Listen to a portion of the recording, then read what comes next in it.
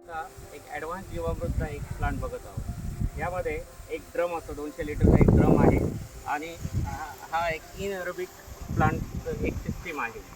यामध्ये आपण या इन इन इनपुटमधून आपण शेण, नंतर गोमूत्र, ताक, त्याच्यानंतर त्याची पेस्ट आणि EM1 सोल्युशन, त्याने बॅक्टेरिया वगैरे तयार होतात.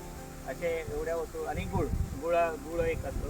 गुळ याचा इनपुट फक्त हा ड्रम हा इनपुटसाठी अवेलेबल असतो. यातून आपण जेव्हा हे सगळं म्हणजे टाकतो, सगळ्या वस्तू टाकतो, त्यानंतर या पंपच्या माध्यमातून त्या आतमध्ये ढकलल्या जातात आणि ह्या प्लांटमध्ये त्या जमा होतात. या प्लांटमध्ये जमा झाल्याच्या नंतर ज्या अगदी सुरुवातीला जेव्हा आपण हा प्लांट बसवतो त्यावेळेला 21 दिवसपर्यंत या वस्तू त्याच्यात ठेवाव्या लागतात. त्याच्यानंतर एका गॅसच्या माध्यमातून हा एक गॅसचा आउटपुट दिलेला आहे. या आउटपुट मार्फत आपण एक मिथेन गॅस हा बाहेर पडत असतो. तो मिथेन गॅस या पाण्यामध्ये घेतला जातो, कारण तो हा विषारी असल्यामुळे त्याला पाण्यात सोडला जातो. हा हवेत सोडता कामा नाही कधी, नाही तर मग विषारी वायू पसरण्याची शक्यता असते. त्यामुळे हा पाण्यात सोडलेला आहे.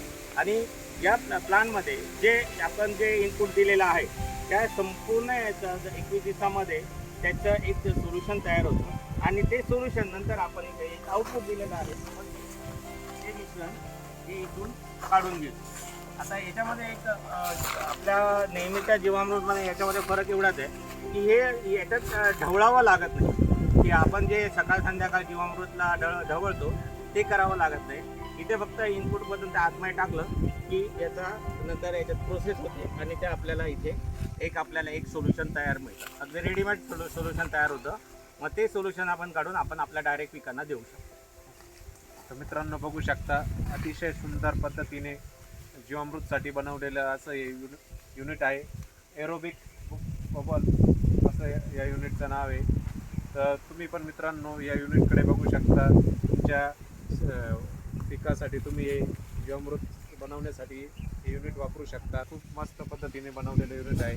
जसं आपण जीवामृत तयार करतो आपल्या परंपरागत पद्धतीप्रमाणे, नेहमीच्या पद्धत त्याचप्रमाणे आहे. पण याच्यामध्ये की आपण शेण वगैरे, शेण, गोमूत्र किंवा ताक वगैरे हे आपण फक्त एका टाकीत टाकायचं असतं.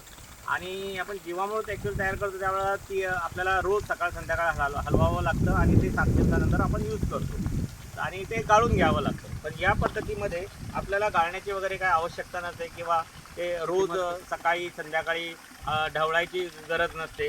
त्यामुळे हे जे येतं याच्यामध्ये अगदी न हलवता न काही करता ह्या बलूनमध्ये हे अशा प्रकारे तयार होतं की त्यानंतर ह्या आउटपुटमार्फत ते अगदी पाण्याच्या स्वरूपात बाहेर येतं. त्यामुळे आणि याचा वास पण अगदी एकदम ताकासारखा, एकदम शुद्ध ताकाच्या स्मेलसारखा असतो आणि एकदम गाळलेलं असतं. ते पूर्ण आपल्याला काही करायची गरज नसते. जीवामृत स्लरीसाठी अतिशय मस्त असं युनिट काकांनी घेतलेलं आहे. त्याबद्दल आज आपण ही माहिती जाणून घेतली. तर शेतकरी मित्रांनो, तुम्ही पण जीवामृत स्लरीसाठी असं युनिट घेऊ शकता आणि एकदम मस्त आपल्या शेतीसाठी वापर करू शकतात. धन्यवाद.